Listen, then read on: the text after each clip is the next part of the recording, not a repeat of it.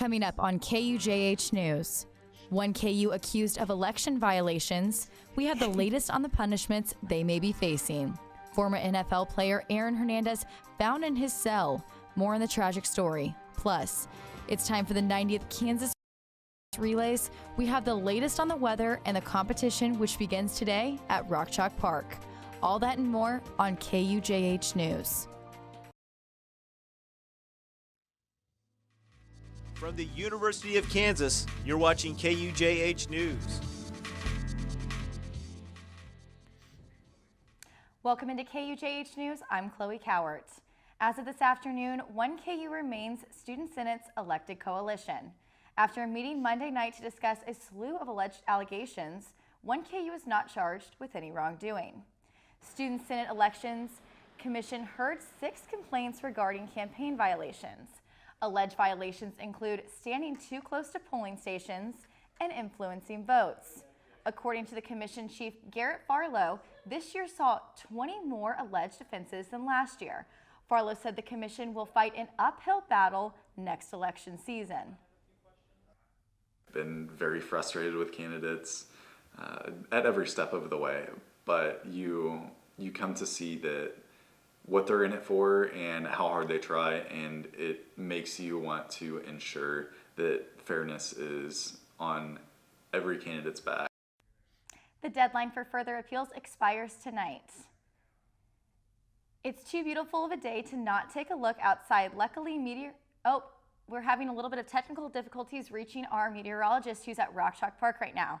But your weather today is going to be a high of 80, mostly sunny with a few scattered clouds in there. And we're going to have a low of 61 this evening. Right after midnight, we are going to have thunderstorms. Okay, and we will be back for weather later in the show. Lawrence police have released the name of a survivor of a fatal car crash from Monday night. This according to the Lawrence Journal-World.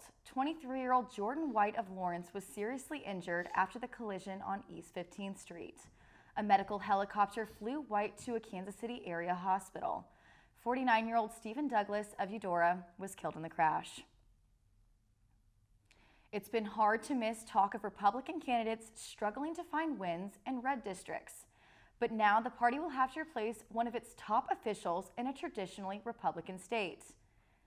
Utah Representative Jason Chaffetz announced he will not run for re-election in 2018. Currently the chairs of the House Oversight Government and Reform Committee, Chaffetz announced on Facebook that he will not run in 2018 for personal reasons.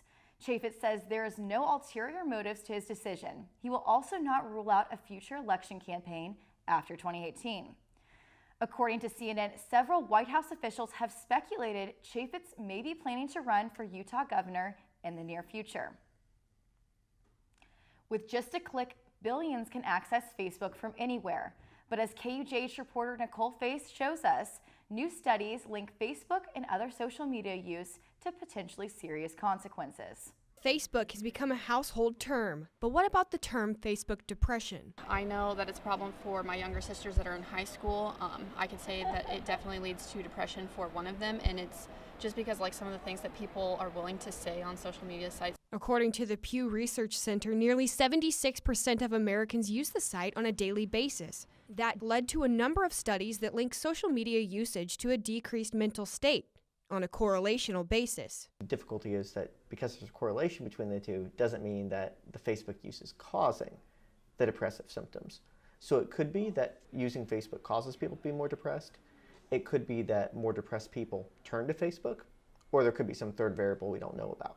A national study published in the American Journal of Epidemiology found through a 3-year observational study that Facebook usage was associated with a decrease in mental health, physical health, and even life satisfaction. But psychologists like Williams still expressed the need for an experimental study instead of just observation to diagnose causation. We need a control group of people who are not using Facebook, and then a randomly assigned group of people who are using Facebook, and then we need to compare outcomes between the two. With individual differences and inherent dispositions, though, Williams says this link may never be deemed fully causal. For now, it's a cautionary tale. and one that shouldn't be unfollowed quite yet. Reporting from Lawrence, Nicole Fye, KUJH News. The study also finds there is a long-term decrease in mental health and life satisfaction. Less than 1 week after being acquitted of a double murder, police found former NFL player Aaron Hernandez dead in his prison cell this morning. Sports anchor Nick Cousin has the full story. Hernandez was not found guilty of a double murder in 2012. However, the former Patriots tight end was serving a life sentence without parole for the murder of Odin Lloyd in 2013. Police found Hernandez dead in his cell in Massachusetts earlier this morning. He hanged himself with a bedsheet. Hernandez was arrested and convicted of murder in 2013. He was sentenced for life without parole shortly after. The Patriots signed a $40 million contract extension less than a year before his arrest. Bristol County Sheriff Thomas Hodgson says the biggest factor in Hernandez's suicide may have been the jury verdict read just 5 days ago. It was something that perhaps he didn't expect, that there were people who had actually found him not guilty of something he was accused of. Maybe he believed he did or didn't do, who knows. The Patriots visited the White House today to celebrate their 2017 Super Bowl win. They have now commented on Hernandez's death. Coming up on KUJH News, I'll have your full sports report, plus a complete preview of the 90th Kansas Relays. Stick with us.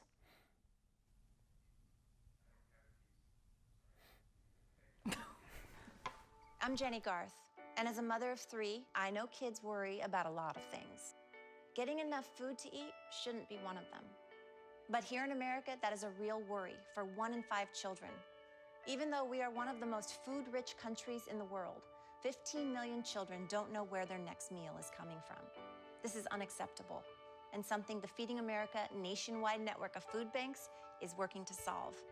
Instead of accepting that our country lets billions of pounds of surplus food go to waste every year, Feeding America has made it their mission to help families in need by rescuing this food. Through food pantries and meal programs, the nationwide network of food banks provides more than 3 billion meals, serving virtually every community in the United States, including yours. Join me in supporting Feeding America and your local food bank by visiting feedingamerica.org. Together we can solve hunger. Together, we're feeding America.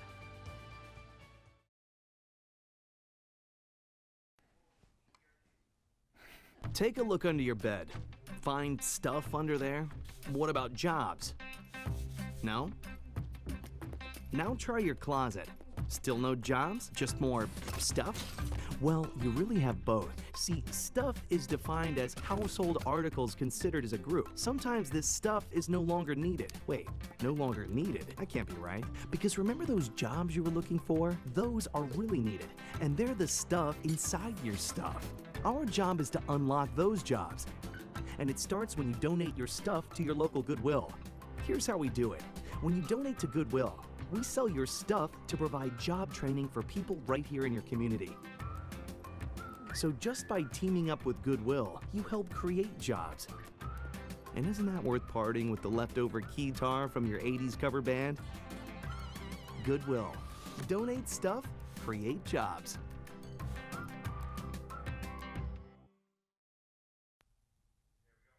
Julia, the autistic Muppet on Sesame Street premiered in 2015 in children's books. As of last week, Julia made her debut on the big screen. KUJH reporter Dallas Milligan tells us about the impact she's had on the autistic community. Dr. Jason Travers, University of Kansas Special Education Behavior Analyst, says diversity has not been uncommon for children with special needs to interact with Muppets in previous shows on Sesame Street. But having an actual Muppet is vital for children and parents to recognize such diversity. Those are good things to display because it helps children understand that these sorts of responses, these different responses are, they're not negative, they're not bad. There's nothing wrong with them. It's just a distinct difference in a particular individual. The United States government says 1 in 47 children have autism between the ages of 3 and 17. So what the Sesame Street is trying to do is not only portray diversity, but education to children and to parents on how to react to situations with autistic children in public places. For example, with slower movements and or reaction to loud noises. who oftentimes watch the programs with their children, or at least have them on in the background, and they may look and learn a little bit about autism and the characteristics of learners, and then maybe be more understanding when they're at the park with their own child and they see a child with a disability or a developmental disorder, or even notice the perhaps developmental delays or the developmental milestones that might be lacking in their own child. May I see your painting, Julia? I'm Dallas Milligan, Julia? KUJH News. Julia is portrayed by Stacy Gordon, the mother of an autistic son. Spring is officially here, and that means bugs. KUJH reporter Katie Keller discovered how to handle extra insects hanging around this season. Spring is a time for birth and renewal of bugs. The mild winter didn't kill them off, and the wet spring is bringing more in. One Lawrence resident who frequently sees ants in her dishwasher is already taking action against the insect. There's really anything you can do to get rid of them permanently. If there was, I'd do it. Even exterminators say there's no guarantee of preventing bugs from coming in your home. Mild winters over the past 3 to 5 years have done little to kill off insects. So what can you do to keep critters out of the house? There are some remedies out in the hardware stores, and some people swear by it, like that taro stuff, and they say it's been working great for them. Besides keeping areas clean and trash picked up, bugs will find their way into your home no matter what. Really not pest control, it's more pest monitoring. Then you can recognize and, or you can have somebody come and look at it and tell you what kind of bugs are in the house. Experts say not to bait the bugs inside. Find where they are entering the house and use outside treatments to keep them from coming in. Reporting from Lawrence, Katie Kelleher, KUJH News. Although exterminators say prevention isn't feasible, treatment is the next best option. Speaking of spring, meteorologist Carson Vickroy is still out at Rock Chalk Park enjoying the weather. Carson, can you give us the full weather forecast? Well, it is a beautiful day out here at Rock Chalk Park. The wind is blowing though. Right now it is 80 degrees. We do have a few clouds in the sky, but that south wind is the story today. It is 15 miles per hour. And as far as our almanac goes, we are at 80 degrees right now. That is our high for today. But we saw a morning low of 61. That is well above average for this time of year, which is 66 and 44, and we didn't hit any records today. But as far as our weather headlines go, we are going to see some storms move in overnight. Man, it is just windy out here, but it is going to be a great weekend for a track meet. However, we are going to clear for Thursday afternoon, and then we are going to see some more rain, on Friday and Saturday. I will get to that more in our 5-day forecast, but here is our current radar. As you can see, we are clear here in Lawrence, but we are looking for some storm formation out to our west in cities like Manhattan, Junction City, and Salina. Those will be pushing out to our east and impacting our region after midnight tonight. But as far as events go tonight here at the Kansas Relays, not anticipating any delays as far as that goes. Here is that 5-day forecast. It is 68 tomorrow, 58 on Friday. We do see that chance of rain on Friday and Saturday. I've called for a 60% coverage. However, the sun does return for us on Sunday. I will have your full Kansas Relays forecast out here at Rock Chalk Park here in just a few moments.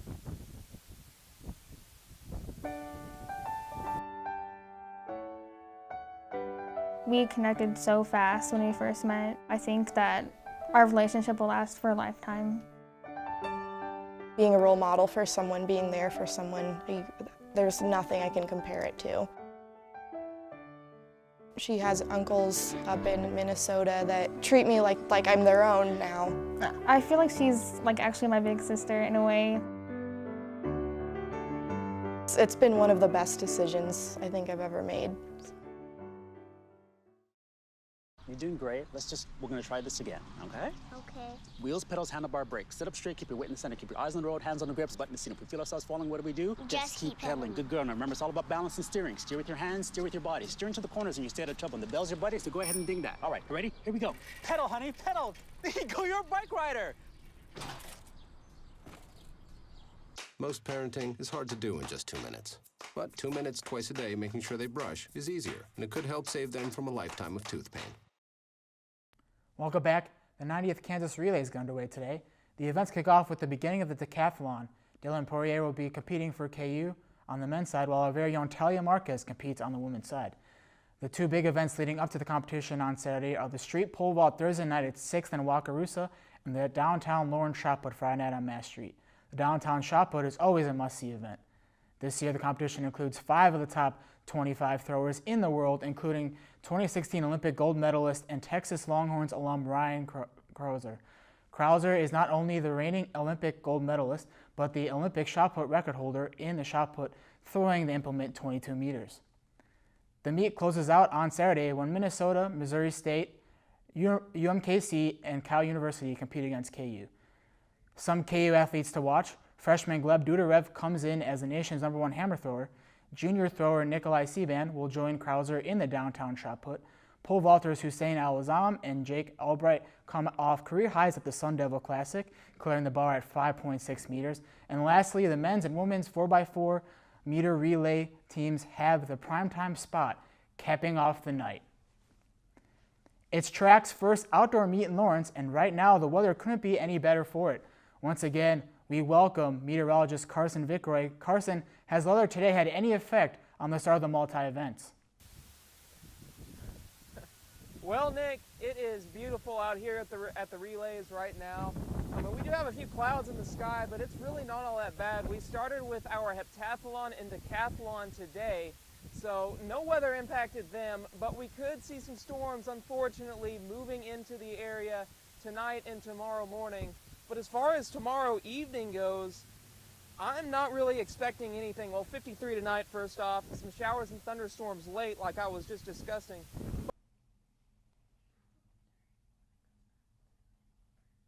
Morning. Rain will end, but we will see that wind shift out to the north, which will lower our temperatures to the upper 60s tomorrow. And go ahead and check out that street vault at 5:30. Nick mentioned it was at 6 in Wakarusa, but as far as tomorrow night goes, we have more fun out here at the relays.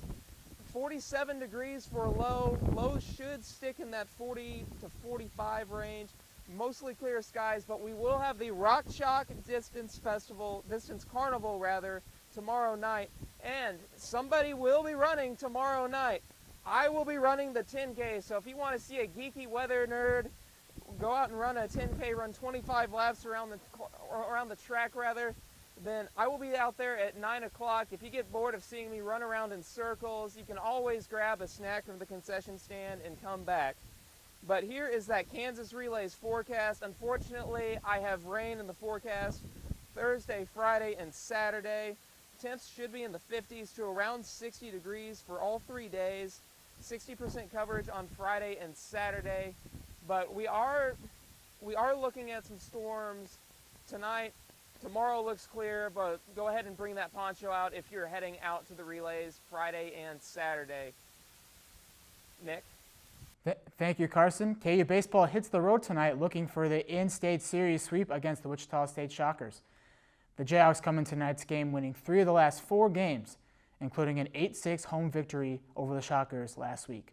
Freshman Ryan Zefferjan will be on the mound for the Jayhawks. Freshman James Constantino and Brett Vosick look to continue their hot bats. Constantino just won Big 12 Newcomer of the Week, hitting .420 in the month of April, and Vosick hitting .355. KU softball is also on the road tonight against former Big 12 foe Nebraska. It's the first of 4 non-conference games for the Jayhawks, looking to get back on the right track after getting swept at home against 8th-ranked Oklahoma. The Cornhuskers hold a 9-5 record on the season and come into this matchup hot, winning 11 of the last 13 contests. On the Nebraska side, look for junior outfielder Gina Metzler to put on an offensive clinic with a team-high 361 batting average. For the Jayhawks, look for junior third baseman Jesse Rowan to do the same with a 340 batting average. That game has been moved up to 5 o'clock tonight due to incoming storms in the area. Finishing out this weekend in sports, Kansas Tennis closes out their Big 12 slate on the road at Texas Friday and Baylor Sunday. And in golf, it's Big 12 championship time. The women's team competes in San Antonio while the men's team is in Hutchinson. As the Royals set to face the San Francisco Giants tonight, this one means a little more to Kansas City fans, the return of Madison Bumgarner. After one of the best World Series performances of all time, closing out Game 7 with 5 scoreless innings of relief, Bumgarner sets foot on the Kauffman Stadium mound for the first time since 2014. 2 years later, you think there's still some beef about Mad Bum, but much of the hate is still on Joe Buck for his love of the Giants in that series rather than Madison Bumgarner's incredible performance. Since the Royals-Giants World Series, fans on Twitter continue to lash out at Joe Buck and how many of them would rather listen to the World Series without hearing his voice. And Chloe, as a baseball fan, I honor the Royals fan base for holding grudges aside with the incredible performances that sports can really bring in the postseason. Truly, and I am a Royals fan because I'm from Kansas City, so I can get that. Well, Serena Williams might be pregnant. May or may not. May or may not. She has not confirmed yet, but we did see in a Snapchat post that was taken down that said 20 weeks pregnant and showed a picture of her stomach. Now her fiance is Reddit co-founder Alexis Onahan, and she has been out of tennis for a few months now. And the tennis world is rejoicing because of it. So let's take a look. If she has a daughter in 2043 when she's 24 years old, and her daughter is number 1, she could win 35 majors and she'll be better than if any other women's tennis player's daughter who would have a kid. I'm saying Maria Sharapova's daughter, Anna Ivanovich's daughter, anyone's daughter. Her daughter could potentially be the best female tennis player I'm in the world. I'm saying she could be better than her mother. It's possible if it is a girl. If it is. If she's pregnant and if it is a girl, that is a possibility, Nick. Well, thank you for watching KUJH News. We'll see you next week.